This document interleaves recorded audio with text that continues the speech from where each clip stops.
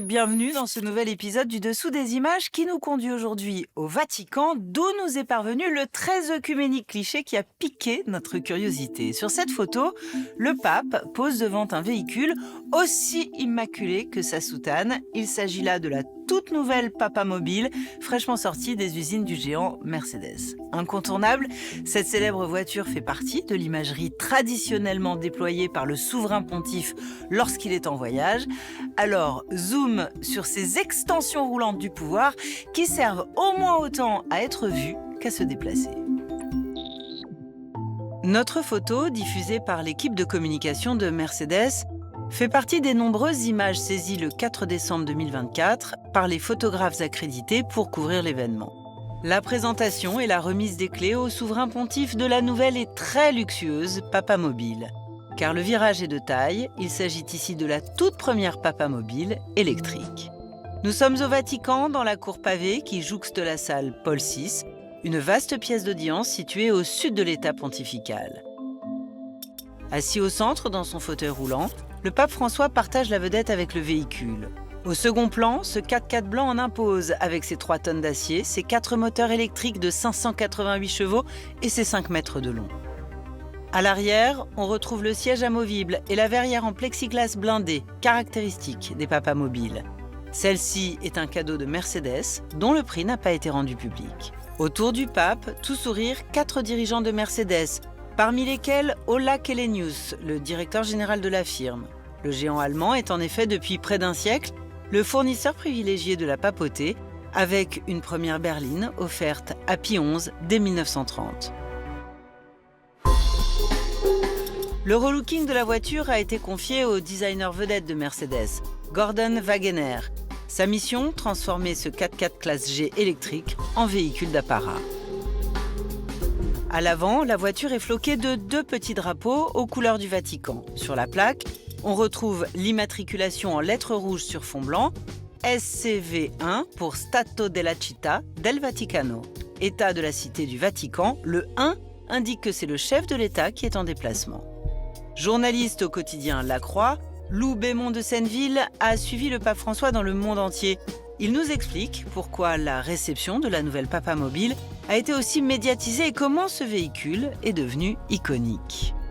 J'ai été assez surpris de l'impact de cette image et de l'impact de cette annonce. Donc ça dit quelque chose aussi de cette image d'Épinal que constitue la Papamobile. Le pape et le Vatican ont voulu mettre en avant le fait qu'ils se dotaient d'une Papamobile électrique parce qu'en fait ça fait partie du plan du pape François d'être très engagé sur le plan écologique. Le pape François, il a signé il y a maintenant 10 ans, en 2015, une encyclique, c'est-à-dire un grand texte qui s'appelait Laudato Si, donc un grand texte écologique. Depuis, on l'appelle d'ailleurs le pape vert. Et donc, on est dans cette dynamique. Côté Mercedes, évidemment, et c'est un énorme coup de publicité. Le pape a pourtant mis du temps à circuler en automobile. Pie X se voit offrir sa toute première voiture par l'évêque de New York en 1909. Mais elle restera au garage, car depuis 1870 et l'unification de l'Italie moderne, le pape ne quitte jamais la cité du Vatican. Il faudra attendre 1929 et les accords de Latran pour que le souverain pontife voyage de nouveau. La Papamobile telle qu'on la connaît, elle apparaît bien plus tard, elle apparaît au milieu des années 70, lorsque les papes décident d'abandonner ce qu'on appelle la sedia gestatoria, c'est-à-dire la chaise à porteur, qui était jusque-là utilisée par les papes place Saint-Pierre pour saluer la foule. Le pape Paul VI décide qu'il abandonne. On est, après Vatican II, ce grand moment de modernisation de l'Église catholique. Et il estime que c'est un signe qui est trop monarchique, qui l'éloigne trop du peuple. Et donc, il décide d'utiliser une voiture pour traverser la place Saint-Pierre. Cette décision de Paul VI, elle va être reconduite par un autre pape, Jean-Paul II. Et depuis, tous les papes utilisent la Papamobile, qui est donc devenue une sorte de symbole de la papauté.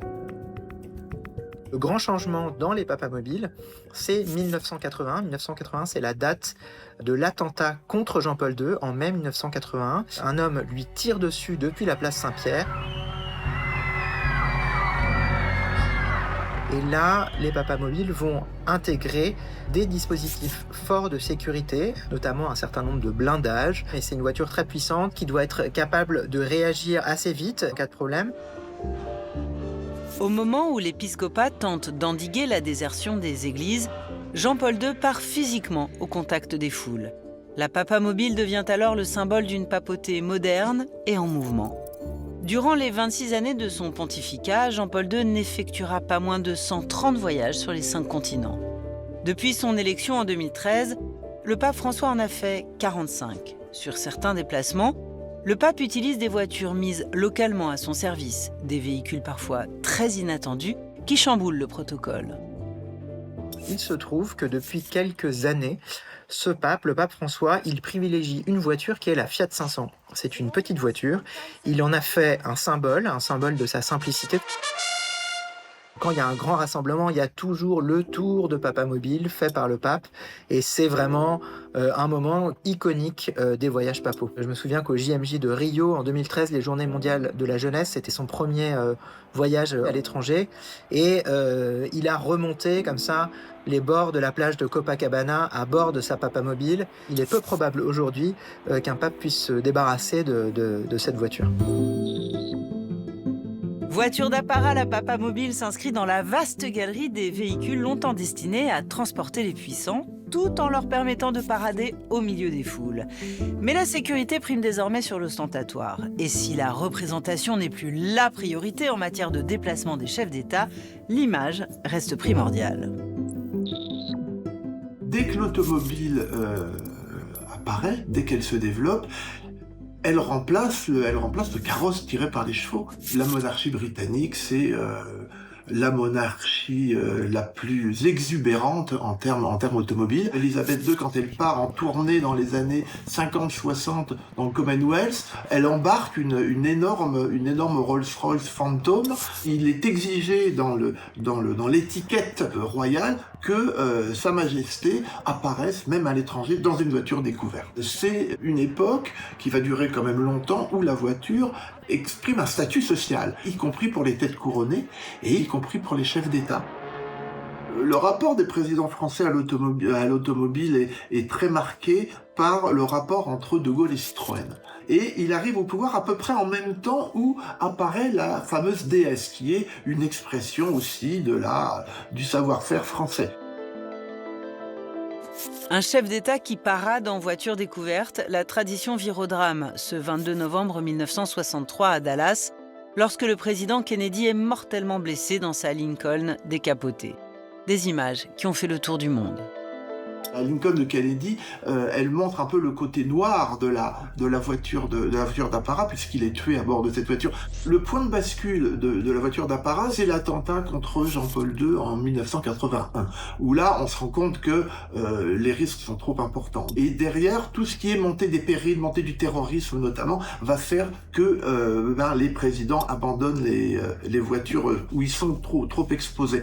Et de toute façon, il y a une espèce de volonté de l'ensemble des chefs d'État d'apparaître dans des voitures un peu moins bling-bling, parce que l'image de l'automobile aussi, elle évolue, et l'image de l'automobile, elle est un petit peu problématique dès lors qu'elle est une expression un peu trop fastueuse du pouvoir. L'automobile, comme expression symbolique du pouvoir, est tombée de son piédestal. Il est loin le temps où tous les grands de ce monde mettaient un point d'honneur à apparaître dans des véhicules qui illustraient le prestige de la fonction. La voiture du chef d'État est désormais ultra sécurisée, même si elle reste un symbole fort dans certains contextes. On ne voit plus le chef d'État dans la voiture, on voit la voiture, et la voiture veut dire quelque chose. Trump, comme tous les présidents américains, se déplace dans ce qu'on appelle The Beast, la bête, une énorme voiture qui participe aussi de l'image des États-Unis puissants, sécuritaires. Vladimir Poutine fait réaliser une voiture d'apparat qui s'appelle Horus, avec laquelle il parade, et en plus il l'a fait conduire à ses alliés, notamment le président nord-coréen. La limousine Horus de Poutine rappelle étrangement la voiture de Staline, qui était une grosse voiture. Lui, il veut vraiment montrer qu'il reste dans des attributs relativement classiques du pouvoir.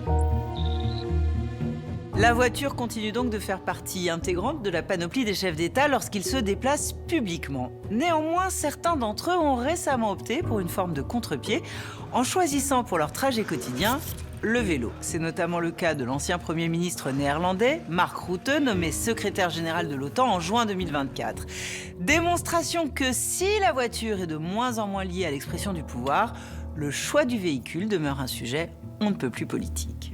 C'était une enquête de Suzanne Gervais pour le Dessous des images. Salut à tous.